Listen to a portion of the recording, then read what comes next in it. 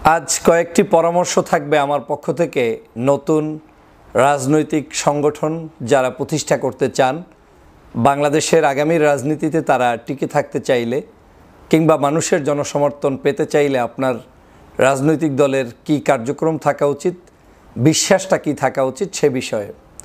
সাম্প্রতিক সময়ে আপনারা জানেন বাংলাদেশে নতুন একটি রাজনৈতিক দল নিয়ে আলোচনা হচ্ছে, সমালোচনাও হচ্ছে।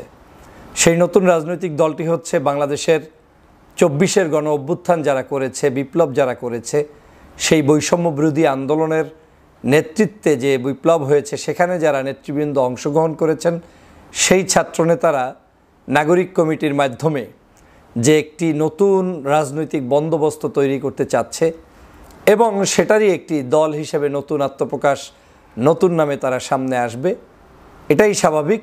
আমি তাদের উদ্দেশ্য করে এবং সামনে পিছনে বিভিন্ন সময় আমাদের রাজনৈতিক দল গঠিত হয়েছে বাংলাদেশে, ছোট ছোট অনেক রাজনৈতিক দল আছে, এই রাজনৈতিক দলগুলোকে উদ্দেশ্য করে আমার কয়েকটি পরামর্শ থাকবে। আপনারা জানেন যে বাংলাদেশে যখনই কেউ রাজনৈতিক দল গঠন করতে চায়, স্বভাবত প্রথম দিকে তারা এটাকে খুব একটা সেকুলার ভাব নিয়ে চেয়ারে বসার চেষ্টা করে। ভাবটা এমন যে আমরা এমন নিরপেক্ষ যে আমাদের সাথে ধর্মের কোনো লেবাস নাই, আমাদের সাথে কর্মের সাথে কোনো ধর্মীয় রক্ষণশীল ব্যক্তিদের সাথে যোগাযোগ নাই, আমাদের না আমরা এই পন্থী, না আমরা সেই পন্থী, আমরা একটা নতুন পন্থী, এরকম ভাব নিয়ে রাজনৈতিক দলগুলো যখন প্রতিষ্ঠিত হয়, সূচনা লগ্নে যে কোনো একটা বিজয়কে কেন্দ্র করে কিছু সমর্থক স্বভাবতই তাদের সাথে থাকার চেষ্টা করে বা থাকে। কিন্তু যখন তাদের সুরাতটা মানে চেহারাটা কিংবা তাদের মূল ভিতরে লুকায়িত বিষয়গুলো জাতির সামনে আসা শুরু করে, তখনই মূলত কাউন্টার আলোচনা, সমালোচনা এগুলোর কার্যক্রম শুরু হয়ে যায়। বাংলাদেশে সাধারণত সব রাজনৈতিক দল নিয়ে সবার একটা আগ্রহ নেই, কিন্তু কিছু কিছু রাজনৈতিক দল কিছু কিছু প্রেক্ষাপটে আলোচনার কেন্দ্রবিন্দুতে থাকে এবং মানুষেরও আগ্রহের কয়েকটা কারণও থাকে। যেমন বাংলাদেশে বর্তমানে আলোচনার কেন্দ্রবিন্দুতে আছে নতুন সংগঠনটি, সেটা হচ্ছে বৈষম্য বিরোধী আন্দোলনের মাধ্যমে প্রতিষ্ঠিত যে নতুন করে বা এই যে নাগরিক কমিটির মাধ্যমে যে নতুন সংগঠন হবে, দল হবে, সেটার প্রতি এখন সকল সাংবাদিক, রাজনীতিবিদ, বিভিন্ন ছোট বড় রাজনৈতিক দল সবাই ক্যামেরা তাক করে বসে আছে। স্বাভাবিকভাবেই তাদের যে কোনো ছোটোখাটো ভুল ত্রুটি হলেও সেটা জাতির কাছে খুব দ্রুত পৌঁছে যাবে, কারণ আপনার পিছনে যারা আছে তারা কেউই আপনার বন্ধুর সুযোগ নেই, কারণ রাজনীতিতে বন্ধু আর শত্রুর বিষয় না, এখানে যে যার জায়গা থেকে সে এগিয়ে যাবে, আপনার ত্রুটি থাকলে সেটা জনগণের সামনে তুলে ধরবে, এটাই স্বাভাবিক। তো নতুন রাজনৈতিক দল হিসাবে এই দলটি আসছে, আমার যে কয়েকটি পরামর্শ বা আমি যেটা ফিল করছি সাম্প্রতিক সময়, সেটা হচ্ছে আমাদের এই ছাত্রবন্ধুদের মধ্যেই হয়তো সেটা হতে পারে আপনার বয়সের কমের কারণে, হতে পারে সেটা জ্ঞানের স্বল্পতার কারণে, হতে পারে সেটা পারিপার্শ্বিক কারণে, হতে পারে সেটা কেউ শিখিয়ে দিচ্ছে সে কারণে, কিছু কিছু মন্তব্য, কিছু কিছু বক্তব্য, কিছু কিছু ধর্মীয় বিষয়গুলো আপনারা যখন না বুঝে মন্তব্য করবেন, তখন আপনার সমগ্র রাজনৈতিক দলের থিম, রাজনৈতিক দলের উদ্দেশ্য, রাজনৈতিক দলের কার্যক্রম এই সব কিছু ধুমড়ে মুচড়ে যাবে, থুবড়ে পড়বে এবং জনগণ আপনাকে ক্লিয়ারলি আপনার উপরে ফেইথ রাখতে পারবে না। আমাদের দেশের রাজনৈতিক অঙ্গনে কিছু ধারণা আছে যে মনে হয় আমরা একটু উদার হতে গিয়ে এমন কিছু উদারতা দেখাবো, যেই উদারতা দেখালে সব মানুষ মনে হয় আমার দলে যুক্ত হবে এবং সবাই মনে হয় সাম্যের, মৈত্রীর গান গাবে, এখানে কোনো ভেদাভেদ থাকবে না, দল মত নির্বিশেষে আমরা সবাই একাকার হয়ে যাব। কিন্তু বাস্তবতা আসলেই ভিন্ন। আপনি হয়তো মনে করছেন যে আপনার দলটা এমন কিছু মন্তব্য করবে যেই মন্তব্য করলে কিছু মানুষের সমর্থন পাবেন, যেমন আমার এখানে ধর্মীয় অনেক কট্টর কোনো বক্তব্য, সেটাকে অ্যাভয়েড করতে গিয়ে একটু উদার হতে গিয়ে এমন কিছু মন্তব্য করে বসা যাতে করে কাউকে উৎসাহ প্রদান করা যে এই দলটা একেবারে সেকুলারের চাইতেও বেশি কিছু, এরকম একটা ভাব নিয়ে আসা। কিন্তু আদতে বাংলাদেশের জনগণ কি বিশ্বাস করে, জনগণ কি চায়, জনগণের মূল কাজটা কি, জনগণের মূল উদ্দেশ্যটা কি, সেটার উপরে সবার আগে আমাদের রিসার্চ হওয়া দরকার।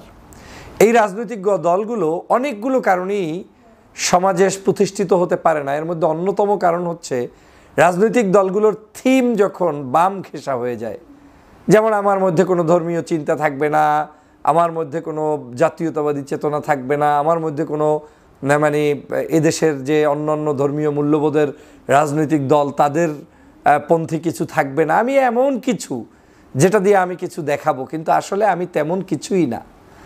এই দেশ, এই দেশের সংস্কৃতি, এই দেশের মূল্যবোধ, এই দেশের ধর্মীয় অনুভূতি, এগুলোকে বুঝে শুনে সামনে যে পথ চলতে পারবে সেই হতে পারবে এরদোগান, সেই হতে পারবে আপনার পাকিস্তানের ইমরান খান, কিংবা সেই হতে পারবে বাংলাদেশেও শহীদ রাষ্ট্রপতি জিয়াউর রহমানের মতো নেতৃত্ববান ব্যক্তি। এভাবে করে দেশে বিদেশে বিভিন্ন জাতীয় নেতা যদি আপনি একটু খুঁজে দেখেন, কাউকেই দেখবেন না যে তিনি ধর্মবিদ্বেষী এবং ধর্মীয় চিন্তাকে মূলোৎপাটন করে বন্ধ রেখে কোনো একটা সংস্কার করেছে। আমাদের সবচেয়ে স্বভাবের সমস্যা হচ্ছে আমরা করব যেটা করার চেয়ে বলি বেশি। যেমন আমি আগেই আমাকে মুখ ফুটে অনেক কথা বলে ফেলি, যেই কথাগুলো আমার কর্মের মধ্যে হয়তো করবেনও না, কিন্তু না বোঝার কারণে আপনি সেই কথাগুলো বলে ফেলার কারণে জনগণের কাছে আপনি এবং আপনার দলের টোটাল ইমেজটা ডাউন হয়ে যায়। তখন এই দেশের কোনো ডানপন্থী মানুষ, কোনো ভালো মানুষরা কেউ আপনাকে অ্যাকসেপ্ট করবে না। আমি যদিও জানি বাংলাদেশের বেশ কয়েকটা দলের কিছু কার্যক্রমের শুরুতে দেখলাম তারা ব্যানারে এক সময় আধুনিকতার ছোঁয়া আনতে গিয়ে বিসমিল্লাহ শব্দটাও লেখা বাদ দিয়েছিল, দেখেছি আমি। যদিও কারো দল নাম উচ্চারণ করতে চাই না, বিসমিল্লাহির রহমানির রহিম বাদ, মানে এটাও একটা গন্ধ থাকবে, সেটার দরকার কি? কিছুই থাকবে না। কিন্তু এই কিছু না থাকা পার্টিরা যে আসলেই সাকসেসফুল হতে পারে না, তার প্রমাণ আমাদেরকে খুব বেশি দূরে যেতে হবে না, আমাদের এই বাংলাদেশেই এখন পর্যন্ত চলমান আছে। আমাদের দেশে কেন এখনও এই পূর্বের যে পরিচালিত বড় বড় রাজনৈতিক দল, এই দলগুলোকে টেক্কা দিয়ে একটু উপরে ওঠার জন্য বড় কোনো রাজনৈতিক দল এখনও গঠিত হয়ে ওঠে না? কারণটা কি? এর মূল কারণটাই হচ্ছে আমাদের থিম, আমাদের বিশ্বাসের জায়গাটা আশ্বস্ত করে জনগণের কাছে এখনও আপনি গ্রহণযোগ্য হতে পারেননি। জনগণকে নিশ্চিত হতে হবে যে আপনি ইসলামের বিরুদ্ধে না, আপনি ধর্মের পক্ষেরই, কিন্তু আপনি উদার, আপনি গণতন্ত্র মনা, আপনি জনগণের স্বাধীনতায় বিশ্বাস করেন, আপনি বাংলাদেশের যে কোনো ধর্ম পেশার মানুষের স্বাধীনতায় বিশ্বাস করেন, যে কোনো শ্রেণী পেশার মানুষের স্বাধীনতায় বিশ্বাস করেন, বাট আপনি এদেশের হিন্দু, মুসলমান, বৌদ্ধ, খ্রিস্টানদের সকল ধর্মীয় কাজগুলোতে অ্যাপ্রিসিয়েট করেন এবং পারলে আরও বেশি তার পাশে থাকেন। এবং আপনি যখন এই আস্থাটা অর্জন করতে পারবেন, তখন জনগণ আপনাকে মনে করবে যে না, আপনি মূলত আপনি একজন বিশাল নেতা এবং লিডার, আপনার মধ্যে রক্ষণশীলতা নাই, কঠোরতা নাই, বাট আপনি এইগুলোর বাহিরের কোনো লোক নয়। কিন্তু আমাদের হচ্ছে কি, অতি উৎসাহী কিছু মানুষ, আমরা হয়তো মনে করি যে 5 দিন 7 দিন শহীদ মিনারে গেলাম, আর মনে হয় কোনো একটা আমরা যে কোনো একটা জাতীয় স্মৃতিসৌধের সামনে গিয়ে 10 দিন গান গেয়ে আসলাম, এর মধ্য থেকেই আমার একটা চেতনা জাগ্রত হবে না। এই বাংলাদেশটা ভিন্ন, এই বাংলাদেশের মানুষের কৃষ্টি, কালচার, সভ্যতা সম্পর্কে আমাদেরকে অনুধাবন করতে হবে, দেন আপনার দল সফলতা লাভ করবে। না হয় একটার পর একটা বিভিন্ন ধরনের মন্তব্যে আপনি আটকে পড়বেন। এটকে পড়ার ফজিলত কি সেটা আপনি অনুভব করবেন। বাংলাদেশে আরও নামে বেনামে অনেক দল আছে যেগুলো মাত্র 30 জন, 50 জন, 100 মানুষের নেতৃত্ব সর্বোচ্চ, যেগুলো সর্বোচ্চ আপনার 2-4টা জেলায় 2-1টা সমাবেশ করারও যোগ্যতা হয়তো অনেকেরই নাই।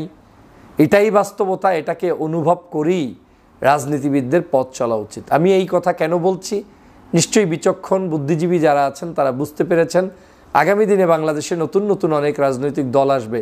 যদি সফল হতে চান, যদি নেতৃত্বে বহুমাত্রিক গুণে গুণান্বিত হতে চান, সবার আগে দলের আদর্শকে জাতির কাছে ডানপন্থী, সৎ চিন্তার, গ্রহণযোগ্যতার ভিত্তিতে এবং এদেশের মূল্যবোধের ভিত্তিতে আপনাকে ফোকাস থাকতে হবে। দ্বিতীয়, আপনি যেটা করবেন সেটা জনগণকে বুঝতে হবে, আপনার হৃদয়টা এবং আপনার মুখের কথা এটা থাকতে হবে স্পষ্ট, ক্লিয়ার। এরপরে আপনি চিন্তা করতে পারবেন যে বাংলাদেশে রাজনীতিতে আপনি কতটুকু সফল হবেন কি হবেন না।